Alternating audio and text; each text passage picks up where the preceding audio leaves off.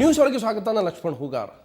ರಾಜ್ಯ ಕಾಂಗ್ರೆಸ್ನಲ್ಲಿ ಬದಲಾವಣೆಯ ಗಾಳಿ ಬೀಸ್ತಾ ಇದೆಯಾ ಅಂಥದ್ದೊಂದು ಸೂಚನೆಯನ್ನು ಇಂಧನ ಸಚಿವ ಪ್ರಬಲ ಒಕ್ಕಲಿಗ ನಾಯಕ ಡಿ ಕೆ ಶಿವಕುಮಾರ್ ನೀಡಿದೆ. ನಿನ್ನೆ ನಡೆದಂಥ ಒಕ್ಕಲಿಗರ ಸಮಾವೇಶದಲ್ಲಿ ನನಗೆ ಅಂಥ ಒಂದು ಸಂದರ್ಭ ಬಂದರೆ ತಾವು ನನ್ನ ಜೊತೆಗಿರಬೇಕು, ನನಗೆ ಪೆನ್ನು ಹಾಳೆ ಸಿಕ್ಕರೆ ನಾನೇನಂತ ತೋರಿಸ್ಕೊಡ್ತೀನಿ ಅಂದರೆ ಸೂಕ್ಷ್ಮವಾಗಿ ತನ್ನ ಪಕ್ಷದಲ್ಲಿರ್ತಕ್ಕಂಥವರಿಗೆ ಹೊರಗಿನವರಿಗೆ ನಾನು ಮುಂದಿನ CM ಪಟ್ಟದ ಮೇಲೆ ಕನಸಿಟ್ಕೊಂಡು ಮಾಸ್ಟರ್ ಪ್ಲಾನ್ ಹಣಿತಾ ಇದ್ದೀನಿ ಅನ್ನುವಂಥ ಮೆಸೇಜ್ ಪಾಸ್ ಮಾಡಿದ್ದಾರೆ ಅನ್ನುವಂಥದ್ದು.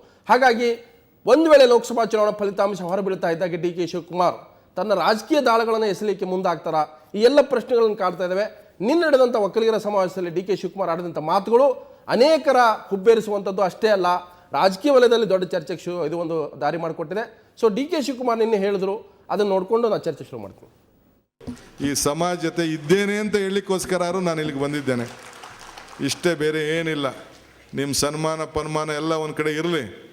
ಮುಂದಕ್ಕೆ ಅವಕಾಶ ಸಿಗದಂಥ ಸಂದರ್ಭದಲ್ಲಿ ಯಾವುದಾದ್ರು ನನ್ನ ನಾಯಕತ್ವದಲ್ಲಿ ಎಲೆಕ್ಷನ್ ನಡೆದಂಥ ಸಂದರ್ಭದಲ್ಲಿ ಜಾತಿ ಪಕ್ಷ ಭೇದ ಎಲ್ಲ ಮರೆತು ಈ ಡಿ ಕೆ ಶಿವಕುಮಾರ್ ಜೊತೆ ಇದ್ದೇನೆ ಅನ್ನೋ ಒಂದು ಕೂಗನ್ನು ನೀವು ಕೂಗಿ ಸಾಕು, ಆಗ ನನಗೆ ಇನ್ನೂ ಒಂದು ಅವಕಾಶ ಸಿಗ್ತದೆ. ಆಗ ನಮ್ಮ ಕೈ ನನ್ನ ಪೆನ್ನು ಪೇಪರ್ ಹೆಂಗೆ ಕೆಲಸ ಮಾಡ್ತವೆ ಅಂತ ಆಗ ನೋಡಿ. ಇಷ್ಟು ಮಾತ್ರ ಈ ಸಂದರ್ಭ ಹೇಳಿ ತಮ್ಮೆಲ್ಲರೂ ಕೂಡ ಶುಭ ಹಾರೈಸಿ. ಎಲ್ಲರಿಗೂ ಚಾನ್ಸ್ ಕೊಟ್ಟಿದ್ದೀರಲ್ಲ, ಇನ್ನು ಉಳಿದಿದ್ದು ನಾನು ಒಬ್ಬನೇ ತಾನೇ ಸೀನಿಯಾರಿಟಿ ಇರೋದು. ಸೊ ಹಂಗೆ ನನಗೂ ಒಂದು ಚಾನ್ಸ್ ಕೊಡಿ. ಈಗ ಸದ್ಯಕ್ಕೇನು ಯಾವುದೋ ಟ್ರಬಲ್ ಗಿಬಲ್ ಹೋಗೋದಿಲ್ಲ, ನಾನು ಯಾರಿಗೂ ಬೆಂಚ್ ಹಾಕೋ ಕೆಲಸಕ್ಕೆ ನಾನು ಹೋಗೋದಿಲ್ಲ, ಯಾವ ಆ್ಯಕ್ಟಿವಿಟೀಸ್ಗೂ ನಾನು ಹೋಗೋದಿಲ್ಲ. ಮಾತು ಕೊಟ್ಬಿಟ್ಟಿದ್ದೀನಿ ಮುಖ್ಯಮಂತ್ರಿ ನಿಮ್ಮ ಜೊತೆಲಿ ಇರ್ತೀನಿ ಅಂತ ಇರ್ತೀನಿ. ಅವಕಾಶ ಬಂದಾಗ ತಾನು ಬಂದಾಗ ನೀವೆಲ್ಲ ನನ್ನ ಜೊತೆ ಇರೋರು. ಇದು ಬೆಳಿಗ್ಗೆ ಡಿ ಕೆ ಶಿವಕುಮಾರ್ ಆಡಿದಂಥ ಮಾತುಗಳು, ಸಂಜೆ ಮಾಜಿ CM ಕುಮಾರಸ್ವಾಮಿ ಆಡಿದ ಮಾತುಗಳೇ ಬೇರೆ. ಯಾರೂ ಕೂಡ ಒಕ್ಕಲಿಗರ ಗುತ್ತಿಗೆ ಪಡ್ಕೊಂಡಿಲ್ಲ ಅನ್ನುವಂಥದ್ದು. ಅಂದರೆ ಇಬ್ಬರು ನಾಯಕರ ಮಧ್ಯೆ ಮಾತುಗಳು. ಇದು ರಾಜಕೀಯವಾಗಿ ಡಿ ಕೆ ಶಿವಕುಮಾರ್ ಒಂದು ತನ್ನ ಮುಂದಿನ ಮಾಸ್ಟರ್ ಪ್ಲ್ಯಾನ್, ರಾಜಕೀಯವಾಗಿ CM ಆಗಬೇಕಾ, ನಾನು ಕ್ಯೂ ಅಲ್ಲಿ ನಿಂತಿದ್ದೀನಿ, ಇನ್ನೂ ಅನೇಕರು ಹಿರಿಯರಿದ್ದಾರೆ, ಅವ್ರದ್ದೆಲ್ಲ ಮುಗಿಯಿಲ್ಲ ಅನ್ನುವಂಥ ಮಾತನ್ನು ಪದೇ ಹೇಳ್ತಾ ಬಂದಿದ್ರು. ಆದರೆ ಇದೇ ಮೊದಲ ಬಾರಿಗೆ ಇಷ್ಟೊಂದು ಬಹಳ ಏನು ಒಂದು ರೀತಿ ಖಚಿತವಾಗಿ ನನ್ನ ನಾಯಕರ ಚುನಾವಣೆ ಬಂದಾಗ ತಾವೆಲ್ಲರೂ ಕೂಡ ಬೆಂಬಲಿಸಬೇಕು, ನನ್ನ ಪೆನ್ನು ಹಾಳೆ ಹಾಗೆ ಕೆಲಸ ಮಾಡುತ್ತೆ ನೋಡ್ತಾ ಇರಿ ಅನ್ನುವಂಥ ಮಾತುಗಳನ್ನು ಆಡುವ ಮೂಲಕ ತನ್ನ ಮುಂದಿನ ಗುರಿಯನ್ನು ಹೇಳಿದರೆ, ಅದೇ ಕುಮಾರಸ್ವಾಮಿ ಅದಕ್ಕೆ ಟಾನ್ ಕೊಟ್ಟಿರ್ತಕ್ಕಂಥ ಸಂಜೆ ಅವರು ನಿನ್ನೆ ಏನು ಹೇಳಿದ್ರು ಬಂದು ನೋಡೋಣ. ಬೆಳಗ್ಗೆ ಯಾರೋ ಒಬ್ಬರು ನಾಯಕರು ಬಂದು ಇದೇನೋ ಈ ಸಮಾಜದ ಎಲ್ಲ ಕಷ್ಟ ಸುಖನ ನಾನೊಬ್ಬನೇ ಹೆಗಲ ಮೇಲೆ ಹೊತ್ಕೊಂಡು ಹೋಗಬೇಕಾದಂಥ ಪರಿಸ್ಥಿತಿ ನೋಡ್ಬಿಟ್ಟಿದ್ದಾರೆ, ಇಲ್ಲಿ ಯಾರು ಗೊತ್ತಿನೇ ಇಲ್ಲ ಅಂತ ಭಾಷಣ ಮಾಡಿದ್ರು ಅಂತ ಹೇಳೋದು. ನಾನು ಹೆಸರು ಹೇಳಲಿಕ್ಕೆ ಹೋಗೋದಿಲ್ಲ. ಪಾಪ ಅವರು ಯಾವ್ಯಾವ ಸಂದರ್ಭದಲ್ಲಿ ಈ ಸಮಾಜದ ಕಷ್ಟಗಳನ್ನು ಬಗೆಹರಿಸಲಿಕ್ಕೆ ಹೆಗಲ ಮೇಲೆ ಎಲ್ಲ ಭಾರ ಹೊತ್ಕೊಂಡು ಓಡಾಡಿದ್ದಾರೋ ಅದ್ರ ಬಗ್ಗೆ ನಾನು ಚರ್ಚೆ ಮಾಡಲಿಕ್ಕೆ ಹೋಗೋದಿಲ್ಲ. ಅದು ನಿಮಗೆ ಬಿಡ್ತೀನಿ ತೀರ್ಮಾನ ಮಾಡಲಿಕ್ಕೆ, ಪಾಪ ಎಷ್ಟು ಕಷ್ಟಪಟ್ಟಿದ್ದಾರೆ ಅಂತ ಹೇಳಿ. ಆದರೆ ಒಂದು ನನಗೆಲ್ಲೋ ಒಂದು ಕಡೆ ಒಂದು ಸಣ್ಣ ಕೊರಗಿದೆ. ಅದಕ್ಕೆ ಈ ಸಭೆ ನಮ್ಮ ತಂದೆಯವರಿಂದ ಇದ್ರೆ ಸ್ವಲ್ಪ ಭಾಳ ದೊಡ್ಡ ಪಟ್ಟದಲ್ಲಿ ಮಾತಾಡಲಿಕ್ಕೆ ನನಗೆ ಅನುಕೂಲ ಆಗೋದು. ಯಾತಕ್ಕೆ ಈ ಮಾತು ಹೇಳ್ತೇನೆ, ಇವತ್ತು ನಾವು ಕೆಂಪೇಗೌಡರ ಜಯಂತ್ಯೋತ್ಸವನ ಆಚರಣೆ ಮಾಡ್ತಾ ಇದ್ದೇವೆ.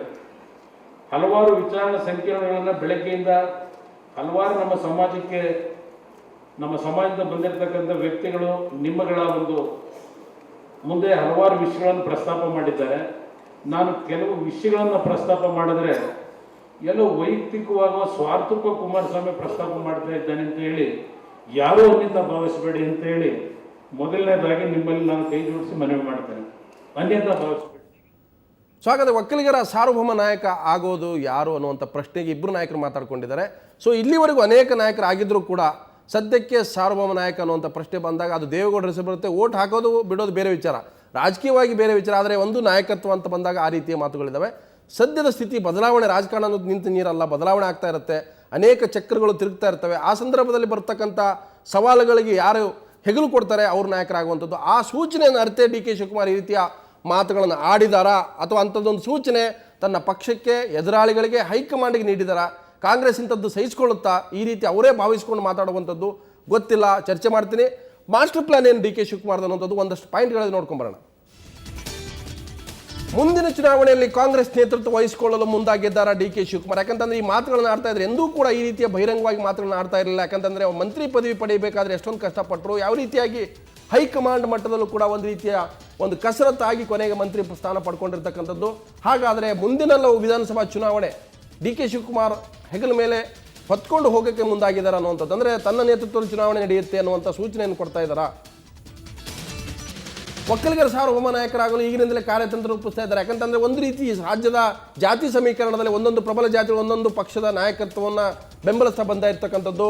ಅದು ಯಡಿಯೂರಪ್ಪ ಇರ್ಬೋದು, ದೇವೇಗೌಡ ಇರ್ಬೋದು, ಸಿದ್ದರಾಮಯ್ಯ ಇರ್ಬೋದು, ಅಂಥದ್ದೇ ಕಾರ್ಯತಂತ್ರವನ್ನು ಈಗಿನಿಂದಲೇ ರೂಪಿಸುವ ಮೂಲಕ ಮುಂದಿನ ವಿಧಾನಸಭಾ ಚುನಾವಣೆಗೆ ನನ್ನ ಜೊತೆಗೆ ನೀವು ಒಕ್ಕಲಿಗರು ಇರಬೇಕು, ಸೊ ನೋಡಿ ನನ್ನ ನಾಯಕತ್ವ ಹೇಗಿರುತ್ತೆ ಅನ್ನುವಂಥ ಒಂದು ಸಂದೇಶವನ್ನು ತನ್ನ ಜಾತಿ ಸೇರಿದಂತೆ ಇತರರಿಗೆ ಇತರ ಪಕ್ಷಗಳು ನೀಡ್ತಾ ಇದ್ದಾರೆ ಅನ್ನುವಂಥದ್ದು. ನೆಕ್ಸ್ಟ್ ಪಾಯಿಂಟ್, ಪಕ್ಷದ ಒಳಗಿನ ಮತ್ತು ಹೊರಗಿನ ಒಕ್ಕಲಿಗ ನಾಯಕರಿಗೆ ಇದು ಪರೋಕ್ಷ ಸಂದೇಶವ ಅನ್ನುವಂಥದ್ದು. ಯಾಕಂತಂದ್ರೆ ಈಗಾಗಲೇ ಅನೇಕರು ನಾಯಕತ್ವ ಕೊಟ್ಟಾಗಿದೆ, ನನಗೂ ಕೂಡ ಅವಕಾಶ ಕೊಡಿ ಅನ್ನುವಂಥದ್ದು. ಹಿಂದೆ ಪದೇ ಪದೇ ಹೇಳ್ತಾ ಇದ್ರು CM ವಿಚಾರ ಬಂದಾಗ, ನಾನು ಇನ್ನೂ ಕೂಡ ವಯಸ್ಸಿದೆ, ನನಗಿನ್ನೂ ಕೂಡ ಅವಕಾಶಗಳಿದ್ದಾವೆ, ಹಿರಿಯರೆಲ್ಲ ಮುಗಿಸ್ಲಿ ಹಾಗೆ ಹೇಳೋ ಮೂಲಕ ತನ್ನ ಒಳಗಡೆ ಇರತಕ್ಕಂಥ ಒಕ್ಕಲಿಗ ನಾಯಕರಿಗೆ ಅಥವಾ ಆಕಾಂಕ್ಷಿಗಳಿಗೆ ಅಥವಾ ಹೊರಗಡೆ ಇರತಕ್ಕಂಥ ಒಕ್ಕಲಿಗ ನಾಯಕರಿಗೆ ಇದೊಂದು ಪರೋಕ್ಷ ಸಂದೇಶ ನೀಡಿದಾರ DK ಶಿವಕುಮಾರ್ ಅನ್ನುವಂಥ ಪ್ರಶ್ನೆ ಕಾಡುತ್ತೆ. ನೆಕ್ಸ್ಟ್ ಪಾಯಿಂಟ್, CM ಪಟ್ಟದ ಮೇಲೆ ಕಣ್ಣಿಟ್ಟಿರುವ DK ಶಿವಕುಮಾರ್ ಸಿದ್ದರಾಮಯ್ಯ ಜೊತೆ ಒಳಪ್ಪಂದ ಮಾಡ್ಕೊಂಡಿದ್ದಾರೆ. ಯಾಕಂತಂದ್ರೆ ಅವರೇ ಹೇಳ್ತಾರೆ ಭಾಷಣದಲ್ಲಿ, ನಾನು ಸಿದ್ದರಾಮಯ್ಯಗೆ ಏನೂ ತೊಂದರೆ ಕೊಡೋದಿಲ್ಲ, ಅವ್ರಿಗೆ ಮಾತು ಕೊಟ್ಟಿದ್ದೇನೆ. ಸೊ ಹಾಗಾಗಿ ಹೇಗೂ ಕೂಡ ಸಿದ್ದರಾಮಯ್ಯ ನಿವೃತ್ತಿಯ ಮಾತುಗಳನ್ನು ಆಡಿದ್ದಾರೆ. ಒಂದು ವೇಳೆ ನಿವೃತ್ತಿ ಆಗ್ತಾ ಇದ್ದಾಗ ಮುಂದೆ ನಡೆಯುವಂಥ ಚುನಾವಣೆ ನನಗೆ ಬೆಂಬಲ ಕೊಡಬೇಕು, ನಿಮ್ಮ ಸಮುದಾಯ ನನ್ನ ಜೊತೆಗೆ ನಿಲ್ಲುವಂತೆ ನೋಡ್ಕೊಳ್ಬೇಕು, ಆ ರೀತಿಯ ಒಳ ಒಪ್ಪಂದ ಅಥವಾ ಫಿಕ್ಸಿಂಗ್ ಅಂತ ಹೇಳ್ತೀವಿ, ಇದು ಆ ರೀತಿ ಆಗಿದೆ ಅನ್ನುವಂಥ ಪ್ರಶ್ನೆ.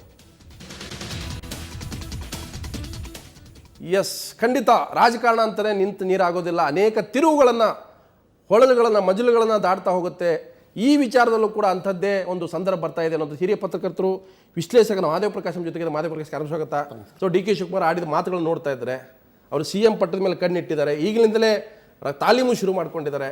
ಇದು ಭಾಳ ಸ್ಪಷ್ಟವಾಗಿ ಸಿದ್ದರಾಮಯ್ಯ ಮತ್ತು DK ಶಿವಕುಮಾರ್ ನಡುವೆ ನಡೆದಂಥ ಒಳ ಒಪ್ಪಂದನ ಅಂತ. ಯಾಕಂತಂದ್ರೆ ನಾನು ಈಗ ನಿಮಗೆ ತೊಂದರೆ ಕೊಡಲ್ಲ, ನನಗೆ ಮುಂದೆ ನೀವು ನನ್ನ ಜೊತೆಗೆ ಇರಬೇಕು. ಸೊ ಇದು ಮಾತುಕತೆಯ ಒಂದು ಫಲಶ್ರುತಿನ ಅಂತ. ಹುಗಾರ್ ಅವರೇ, ಶಿವಕುಮಾರ್ ಮಾತಾಡ್ತಾ ಅವ್ರ ಮಾತಿನಲ್ಲಿ ಒಂದು ಧ್ವನಿ ಇತ್ತು.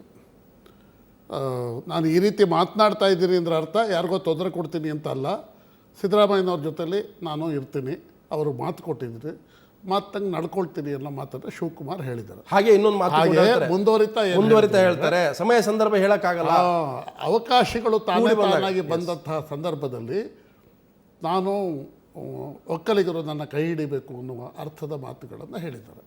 ಅವಕಾಶಗಳು ತಾನಾಗಿ ಹುಡುಕೊಂಡು ಬರುತ್ತೆ ಅಂತಾದ್ರೆ ಏನರ್ಥ? ಸೊ ಹೈಕಮಾಂಡ್ ಮನಸ್ಸು ಮಾಡಬೇಕು, ಹೌದು, ಅಥವಾ ಇವರೇ ಒಂದು ಅಂಥ ಅವಕಾಶವನ್ನು ಕ್ರಿಯೇಟ್ ಮಾಡಬಹುದು ಅಂತಂದ್ರೆ ಇವತ್ತು ಲೋಕಸಭಾ ಚುನಾವಣೆಯ ಫಲಿತಾಂಶಗಳು ಕರ್ನಾಟಕ ರಾಜ್ಯ ರಾಜಕಾರಣದ ಮೇಲೆ ಏನು ಪರಿಣಾಮವನ್ನು ಬೀರುತ್ತೆ, ಅದರಿಂದಾಗುವಂತಹ ರಾಜಕೀಯ ಸ್ಥಿತ್ಯಂತರಗಳೇನು ಅನ್ನೋದು ತುಂಬ ಸಿಗ್ನಿಫಿಕೆಂಟ್ ಆಗುತ್ತೆ. ಇವತ್ತು ನಾವು ಹಿಂದಕ್ಕೆ ಹೋದರೆ ಕಾಂಗ್ರೆಸ್ ವೀಕ್ ಆಗಿದ್ದಂತಹ ಸಂದರ್ಭದಲ್ಲಿ ಒಬ್ಬ ಮುಖ್ಯಮಂತ್ರಿಯನ್ನು ಬದಲಾಯಿಸೋದಕ್ಕೆ ಸಾಧ್ಯ ಇಲ್ಲ ಅನ್ನುವಂತಹ ಅಭಿಪ್ರಾಯ ಸಾರ್ವತ್ರಿಕವಾಗಿದೆ. ಆದರೆ ಟಚ್ ಮಾಡೋದಿಲ್ಲ ಇಲ್ಲ ಅನ್ನೋ ಅಭಿಪ್ರಾಯ ಇದೆ ಸಾರ್ವಜನಿಕವಾಗಿ. ಆದರೆ ವಾಸ್ತವ ಏನು ಅಂತಂದರೆ ಕಾಂಗ್ರೆಸ್ ವೀಕ್ ಆಗಿದ್ದಂತಹ ಸಂದರ್ಭದಲ್ಲೂ ಮುಖ್ಯಮಂತ್ರಿಯನ್ನು ಬದಲಾಯಿಸುವಂತಹ ತಾಕತ್ತನ್ನು ಕಾಂಗ್ರೆಸ್ ತೋರಿಸಿದೆ. ಅದಕ್ಕೆ 1989ರಲ್ಲಿ ಇವತ್ತು ಸಿದ್ದರಾಮಯ್ಯನವರು ಎಷ್ಟು ಪ್ರಶ್ನಾತೀತರಾಗಿದ್ದಾರೆ. ಈಗ ಸಿದ್ದರಾಮಯ್ಯನವರಿಗೆ ಆಡಳಿತದ ಮೇಲೆ ಬೆರಳು ತೋರಿಸುವಂತಹ ಯಾವುದೇ ಆರೋಪಗಳು ಇಲ್ಲ. ಅದೇ ರೀತಿ ವೀರೇಂದ್ರ ಪಾಟೀಲರ ಆಡಳಿತದಲ್ಲೂ ಅವರ ಆಡಳಿತದ ಮೇಲೆ ಬೆರಳು ತೋರಿಸುವಂಥ ಪರಿಸ್ಥಿತಿ ಇರಲಿಲ್ಲ. ಆದರೆ ವೀರೇಂದ್ರ ಪಾಟೀಲರು ಹೈಕಮಾಂಡ್ನ ಲಕ್ಷ್ಮಣ ರೇಖೆಯನ್ನು ದಾಟಿ ಮುಂದೆ ಹೋಗ್ತಾರೆ ಅನ್ನುವಂತಹ ಸೂಚನೆ ಗೊತ್ತಾದ ತಕ್ಷಣವೇ ಹೈಕಮಾಂಡ್ ಅವರ ಬದಲಾವಣೆಗೆ ಎಲ್ಲ ಕಾರ್ಯತಂತ್ರ ರೂಪಿಸ್ತು. ನೀವು ಇನ್ನೂ ಹಿಂದಕ್ಕೆ ನಾವು ಹೋದರೆ 79ರಲ್ಲಿ ದೇವರಾಜ ಅರಸು, 78ರ ವಿಧಾನಸಭಾ ಚುನಾವಣೆಯಲ್ಲಿ ಜನತಾ ಪಕ್ಷ ಕೇಂದ್ರದಲ್ಲಿ ಅಧಿಕಾರದಲ್ಲಿತ್ತು, ಸಂಪೂರ್ಣ ಸರ್ವಶಕ್ತವಾಗಿತ್ತು ಜನತಾ ಪಕ್ಷ. ಕರ್ನಾಟಕದಲ್ಲಿ ಆವತ್ತು ದೇವೇಗೌಡರು ಜನತಾ ಪಕ್ಷದ ಅಧ್ಯಕ್ಷರಾಗಿದ್ದರು. ಇನ್ನೇನು ಜನತಾ ಪಕ್ಷವೇ ಕರ್ನಾಟಕದಲ್ಲಿ ಅಧಿಕಾರಕ್ಕೆ ಬರುತ್ತೆ, ಕಾಂಗ್ರೆಸ್ ಬರೋದಕ್ಕೆ ಸಾಧ್ಯವೇ ಇಲ್ಲ ಅನ್ನುವ ಸಂದರ್ಭದಲ್ಲಿ ದೇವರಾಜ ಅರಸರು ಅಹಿಂದ ಮತ ಬ್ಯಾಂಕ್ ಸಮೀಕರಣ, ಈಗ ಅಹಿಂದ ಅನ್ನೋದಿದೆ, ಆದರೆ ಅವತ್ತು ಅಹಿಂದ ಅನ್ನೋ ಪದ ಯಾರೂ ಅದನ್ನು ಬಳಸ್ತಾ ಇರಲಿಲ್ಲ. ಅಲ್ಪಸಂಖ್ಯಾತರು, ಹಿಂದುಳಿದವರು ಮತ್ತು ದಲಿತರ ಮತ ಬ್ಯಾಂಕ್ ಸಮೀಕರಣದಿಂದ ಕಾಂಗ್ರೆಸ್ ಪಕ್ಷವನ್ನು ಅಧಿಕಾರಕ್ಕೆ ತರೋದರಲ್ಲಿ ದೇವರಾಜ ಅರಸು ಸಕ್ಸಸ್ಫುಲ್ ಆಗಿದ್ದರು. ಇಡೀ ಭಾರತದಲ್ಲಿ ವಿಧಾನಸಭೆಗಳಿಗೆ ನಡೆದ ಚುನಾವಣೆ, 78ರಲ್ಲಿ ನಡೆದ ವಿಧಾನಸಭಾ ಚುನಾವಣೆಯಲ್ಲಿ ಆಂಧ್ರ ಮತ್ತು ಕರ್ನಾಟಕ ಬಿಟ್ಟರೆ ಎಲ್ಲ ಕಡೆಯೂ ಜನತಾ ಪಕ್ಷ ಜಯಬೇರಿ ಬಾರಿಸಿತ್ತು. ಅಂಥ ದೇವರಾಜ ಅರಸರನ್ನು 1978ರಲ್ಲಿ ನೀವು ಹೇಳ್ತಾ ಇರತಕ್ಕಂಥದ್ದು DK ಶಿವಕುಮಾರ್ ಸುಮ್ಮನೆ ಹೇಳಿದ್ದಲ್ಲ ಹೇಳಿಕೆ. ಹೌದು, ಯಾಕಂತಂದ್ರೆ ಲೋಕಸಭಾ ಚುನಾವಣೆ ಫಲಿತಾಂಶ ಬಂದ ದಿನದಿಂದಲೇ ಶುರು ಆಗುತ್ತೆ. ಅವರಲ್ಲೇ ಹೇಳಿದ್ರು, ನಾನು ಸಿದ್ದರಾಮಯ್ಯನವ್ರ ಜೊತೆಲಿ ಇರ್ತೀನಿ, ನಾನು ಸ್ಟ್ರೆಸ್ ಯಾಕೆ ಮಾಡಬೇಕು, ನಾನು ಜೊತೆಲಿರ್ತೀನಿ, ಮಾತು ಅಲ್ಲ, ಮಾತು ಕೊಡ್ತೀನಿ, ಕೊಡೋದಂದ್ರೆ ಅರ್ಥ ಏನು? ಅವ್ರ ಕ್ಯಾಬಿನೆಟಲ್ಲಿ ಇವ್ರಿಗೆ ಈಗ ಮಂತ್ರಿ, ಈಗ ನಾ ಮಂತ್ರಿ ಆಗಿದ್ದೀನಿ, ನಾ ಏನು ತೊಂದರೆ ಕೊಡೋದಿಲ್ಲಪ್ಪ, ನಿಮ್ಮ ಜೊತೆಲಿ ನಾನು ಇರ್ತೀನಿ, ನೀವೇ ಮುಖ್ಯ. ಅಲ್ಲ, ಅದ್ರ ಹೇಳೋ ಅಗತ್ಯ ಇಲ್ಲ ಅಂತ ಹೇಳ್ತಾರೆ. ಹೌದು, ಅದನ್ನು ಹೇಳುವ ಅಗತ್ಯವೇ ಇಲ್ಲ. ಹೇಳಿದ್ದಾರೆ ಅಂದರೆ ಆ ಮಾತಿನಲ್ಲೇ ಎಲ್ಲೋ ಒಂದು ಧ್ವನಿ ಇದೆ. ಆಮೇಲೆ ಇನ್ನೂ ಅದ್ರ ಮುಂದುವರಿದು ತಾವು ಹೇಳಿದಾಗೇನೆ ಅವಕಾಶ ತಾನೇ ತಾನಾಗಿ ಬರಬಹುದು. ಅವಕಾಶ ತಾನೇ ತಾನಾಗಿ ಅವರು ಸ್ಪಷ್ಟವಾಗಿ ಹೇಳಬಹುದಾಗಿತ್ತು. 2019ರಲ್ಲಿ ಬರುವ ವಿಧಾನಸಭಾ 2018ರ ವಿಧಾನಸಭಾ ಚುನಾವಣೆಗೆ ನನಗೆ ನಾಯಕತ್ವ ಸಿಗಬಹುದು, ಅಂಥ ಸಂದರ್ಭದಲ್ಲಿ ಬೆಂಬಲಿಸಿ ಅಂತ ಹೇಳ್ಬೋದಾಗಿತ್ತು.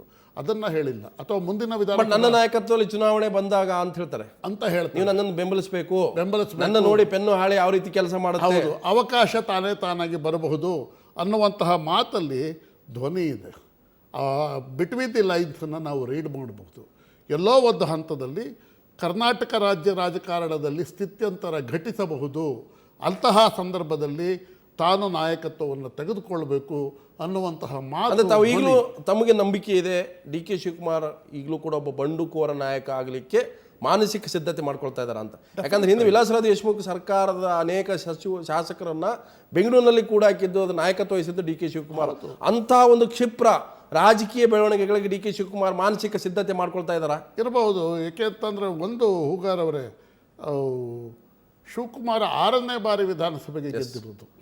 ಯಾವ ವಿಧಾನಸಭಾ ಚುನಾವಣೆಯಲ್ಲೂ ಕುಮಾರಸ್ವಾಮಿ ಕಂಪೇರ್ ಮಾಡ್ರೆ D K Shivakumar political is very practically very strong. ಮತ್ತೆ ಲೋಕಸಭಾ ಚುನಾವಣೆ ಅವರು ಫಸ್ಟ್ ಅಸೆಂಬ್ಲಿ ಎಲೆಕ್ಷನ್ ನಿಂತಾಗ ಶಿವಕುಮಾರ್ ಅವರು ಪರಾಭವಗೊಂಡಿದ್ದು 85ರಲ್ಲಿ ದೇವೇಗೌಡರ ವಿರುದ್ಧ 15,000 ಮತಗಳ ಅದೇ ತೇಜಸ್ವಿನಿ ನಿಲ್ಲಿಸಿದ ದೇವೇಗೌಡರು ಸೋಲಿಸಿದ್ರು ಲೋಕಸಭೆಗೆ. ಒಂದು ಸಾರಿ ಲೋಕಸಭೆಯಲ್ಲಿ ದೇವೇಗೌಡರ ವಿರುದ್ಧ ಸ್ಪರ್ಧಿಸಿ ಸೋತಿದ್ರು 2002ದಲ್ಲಿ. ಅವೆರಡು ಸೋಲುಗಳನ್ನು ಬಿಟ್ಟರೆ ಶಿವಕುಮಾರ್ ಸೋತೇ ಇಲ್ಲ. ಒಂದು ರೀತಿ ಧರ್ಮಸಿಂಗ್ ಖರ್ಗೆ ಬಗ್ಗೆ ನಾವೇನು ಹೇಳ್ತೀವೋ ಅದೇ ರೀತಿಯ ಸೋಲಿಲ್ಲದ ಸರದಾರ ಡಿ ಕೆ ಶಿವಕುಮಾರ್. ಹಾಗಾಗಿ ಮತ್ತೆ ಅವರ ತಮ್ಮನನ್ನು ಚುನಾವಣೆಗೆ ನಿಲ್ಲಿಸಿ ಗೆಲ್ಲಿಸುವಂತಹ ಧೈರ್ಯ, ಇದನ್ನು ವಿರೋಧಗಳ ನಡುವೆ ತೋರಿಸಿದ್ರು. ಒಂದು ರಾಜಕಾರಣದಲ್ಲಿ ವಾಸ್ತವ ಏನು ಅಂತಂದರೆ, ಚುನಾವಣೆಯನ್ನು ಗೆಲ್ಲುವುದೇ ಜನತಂತ್ರದಲ್ಲಿ ಯಶಸ್ಸಿನ ಗುಟ್ಟು. ಯಾವ ವ್ಯಕ್ತಿ ಚುನಾವಣೆಯನ್ನು ಗೆಲ್ತಾ ಹೋಗ್ತಾನೆ ಅವನು ನಾಯಕನಾಗಿ ಎಮರ್ಜ್ ಆಗ್ತಾ ಹೋಗ್ತಾನೆ. ಇವತ್ತು ಕರ್ನಾಟಕದ ರಾಜಕೀಯ ಪರಿಸ್ಥಿತಿ, ಕಾಂಗ್ರೆಸ್ ರಾಜಕಾರಣದ ಪರಿಸ್ಥಿತಿಯನ್ನು ನಾವು ನೋಡಿದಾಗ ಲಿಂಗಾಯತ ರಾಜಕಾರಣ ನಾಯಕತ್ವ ಸಂಪೂರ್ಣವಾಗಿ ದುರ್ಬಲ ಆಗಿದೆ. ಬ್ಯಾಕ್ವರ್ಡ್ ಕ್ಲಾಸಲ್ಲಿ ಸಿದ್ದರಾಮಯ್ಯ ಇಸ್ ದೇರ್. ಇಂಥ ಪರಿಸ್ಥಿತಿ ಒಳಗೆ ಒಕ್ಕಲಿಗ ನಾಯಕತ್ವದ ಪ್ರಶ್ನೆ ಕಾಡ್ತಾ ಇದೆ. ಮತ್ತೆ ಇವತ್ತು ವ್ಯಾಕ್ಯೂಮ್ ಕ್ರಿಯೇಟ್ ಆಗಿದೆ. ಸೊ ಈಗ ಕುಮಾರಸ್ವಾಮಿ ಇದಾರಲ್ಲ, ಕುಮಾರಸ್ವಾಮಿ ಈಸ್ ಇನ್ ಜನತಾದಳ್. ಅಂಬರೀಷ್ ಇದ್ದಾರೆ. ಅಂಬರೀಷ್ಗೆ ಕೃಷ್ಣ ಬೈರೇಗೌಡ ಇದ್ದಾರೆ. ಶಿವಕುಮಾರ್ಗಿರುವಂತಹ ನಾಯಕತ್ವದ ಗುಣಗಳು. ಮತ್ತೆ ನಾನು ಇನ್ನೂ ಒಂದು ಹೇಳಬೇಕು ಅಂತಂದರೆ, ಮನಿ ಪವರ್, ಮದಲ್ ಪವರ್, ಕಾಸ್ಟ್ ಪವರ್ ಬೇರೆಯವ್ರಿಗೂ ಇದೆ. ಆದರೆ ಮನಿ ಪವರ್, ಮದಲ್ ಪವರ್ ಮತ್ತೆ ಆಕ್ರಮಣಕಾರಿ ವ್ಯಕ್ತಿತ್ವ ಇದೆಯಲ್ಲ, ಅದು ಈಗ ನಾವು BL ಶಂಕರ್ ಅವ್ರನ್ನೇ ನೋಡಬಹುದು, ಅಥವಾ ಕೃಷ್ಣ ಬೈರೇಗೌಡರನ್ನ ನೋಡ್ಬೋದು. ಅವರು they are sophisticated politicians. So limited ತುಂಬ ಸಂಭಾವಿತ ರಾಜಕಾರಣವನ್ನು ಮಾಡ್ತಾರೆ ಹೊರತು ಆಕ್ರಮಣಕಾರಿ ರಾಜಕಾರಣವನ್ನು. ಖಂಡಿತ ಮಾತಾಡ್ತೀನಿ. ಯಾಕಂತಂದ್ರೆ ಒಂದು ಕಾಂಗ್ರೆಸ್ನ ಮಟ್ಟಿಗೆ CM ರಿಸರ್ವೇಷನ್ ಮಾಡ್ಕೊಳ್ಳುವಂಥದ್ದು, ಕ್ಯಾನ್ಸಲ್ ಮಾಡುವಂಥ ಅಧಿಕಾರ ಹೈಕಮಾಂಡ್ಗಿರುತ್ತೆ. ಆ ಕ್ಯಾನ್ಸಲೇಷನ್ ರಿಸರ್ವೇಷನ್, ಸೊ ಈ ಕ್ಯಾನ್ಸಲೇಷನ್ ವಿಚಾರ ಚರ್ಚೆ ಆಗ್ತಾ ಇದೆ ಅಂತಂದರೆ ಬಹುತೇಕ ಅಂಥದ್ದೊಂದು ಅಪಾಯ ಸಿದ್ದರಾಮಯ್ಯ ಕಾಡುತ್ತಾ ಅಂತ. ಒಂದು ಕಡೆ ಡಿ ಕೆ ಶಿವಕುಮಾರ್ ಭರವಸೆಯ ಮಾತುಗಳನ್ನ ಆಡ್ತಾ ಇದ್ದಾರೆ, ನಾನು ನಿಮ್ಮ ಜೊತೆಗಿರ್ತೀನಿ, ತೊಂದರೆ ಮಾಡಲ್ಲ ಅನ್ನುವಂಥದ್ದು. ಹಾಗಾದರೆ ಕಾಂಗ್ರೆಸ್ ಹೈಕಮಾಂಡ್ ಇಂಥ ಹೇಳಿಕೆಗಳನ್ನು ಒಪ್ಪುತ್ತಾ? ಯಾಕಂತಂದರೆ ಕಾಂಗ್ರೆಸ್ನಲ್ಲಿರ್ತಕ್ಕಂಥ ವಕೀಲ ನಾಯಕರು ಕೂಡ ಈ ಹೇಳಿಕೆಯನ್ನು ಒಪ್ಕೊಳ್ತಾರ ಅಂತದ್ದು, ನಾನಾಗಿ ಇಂಥ ಮಾತುಗಳನ್ನು ಆಡುವಂಥದ್ದು, ನನ್ನ ನಾಯಕತ್ವ ಅನ್ನುವಂಥದ್ದು ಕಾಂಗ್ರೆಸ್ ಒಪ್ಪುತ್ತಾ? ಅದ್ರ ಬಗ್ಗೆ ಚರ್ಚೆ ಮಾಡ್ತೀನಿ. ಅದಕ್ಕಿಂತ ಮೊದಲು ಒಂದು ಬ್ರೇಕ್.